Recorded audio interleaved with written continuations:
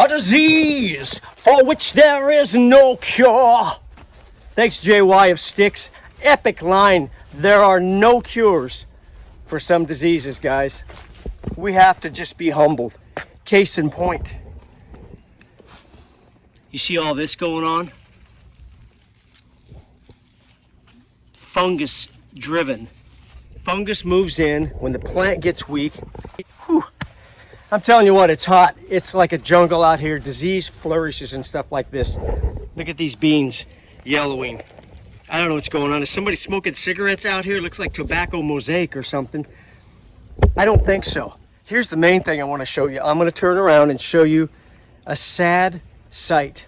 Beloved Jim's. I've only got 4 of them left. I sold the rest this year in plants. Jim's, the local legendary tomato I've been honored to steward. 3 days ago, this plant was epically growing towards the top of this trellis. There's no green hardly left on it, no new green growth at all. And there's only one thing I can do with this tomato, and that's this.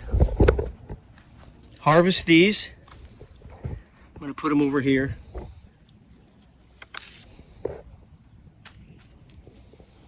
Got blossom end rot on that one. So other issues.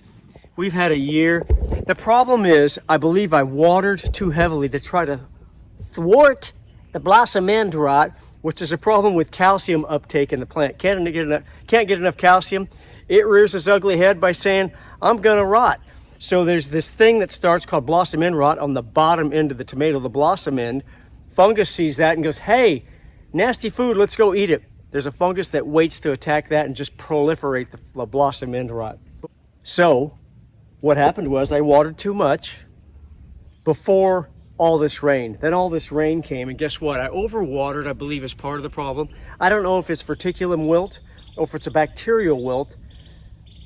The gentleman from Millennial Gardening had a great video short on that. Watch his video on bacterial rot on tomatoes. But this thing has got to go. Pulling the tomatoes off. All of them. There they are, down there. Not looking so good. They're a pink when ripe tomato. We're going to try to get some of these to ripen up. There's a little bit of blush there. The rest are going to be fried green tomatoes. And from there, guys, this is painful. But I just do this. Snip the tethering twine that holds this beauty upright, former beauty. I do this.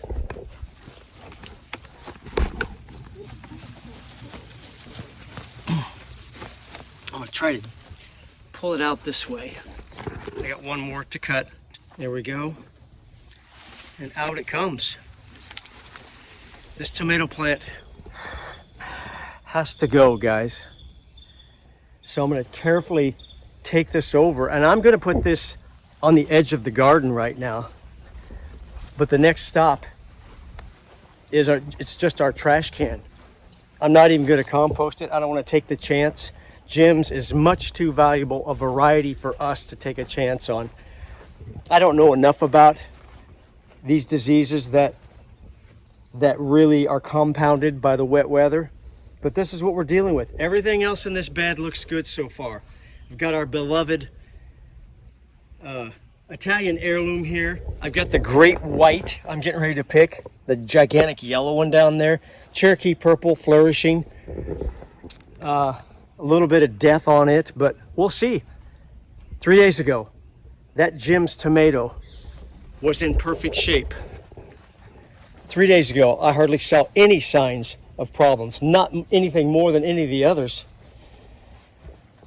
And now we've got this.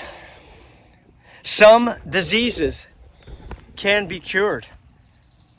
Copper fungicide, different chemicals you can use. I'm a chemical-free garden, so that kind of limits me. Another thing that limits me is I grow 99% heirlooms, save the sun gold, and last year I grew Cherokee purple. I'm sorry, Cherokee carbon. It's a cross between the carbon and the Cherokee purple. So that's it. They don't have disease resistance. They're old-time tomatoes that didn't have to deal. Back then, They were all localized. Aunt Ruby's German Green, which has succumbed already to disease, was grown in just a little pocket of Tennessee as far as I know. Cherokee Purple, same thing. Cherokee Indians passed it on to this gentleman whose family stewarded it for 80 or 90 years until Craig LaHoulier got a hold of the seeds. The problem is when we introduce these wonderful varieties, we have new challenges. I'm willing to take that chance to get these wonderful tomatoes to the table. But it's sad to see sometimes. This is what I've got left for all this work. This plant is going on month number 4 and it's done. It had probably 5 or 6 pounds of tomatoes, another 5 or 6 getting ready to produce, and it was just, yeah, difficult. Thanks for watching. Some diseases you can't cure, but you know what? Today I did some picking. It's not all bad. It never is all bad at the 8 o'clock Tomato Talk Gardens, or yours as well. Look at these. 2 Cherokee Purple in there, and that one on the top is a Paul Robeson. There's a slightly different coloring going on, you can tell, probably. Not all bad. Thanks for watching. Do what you can. Control disease, and when you can't, plant different varieties. Learn more and more. I'm learning more and more about disease as I go. Thank you. We'll see you now. Take care. It's very hot, did I tell you?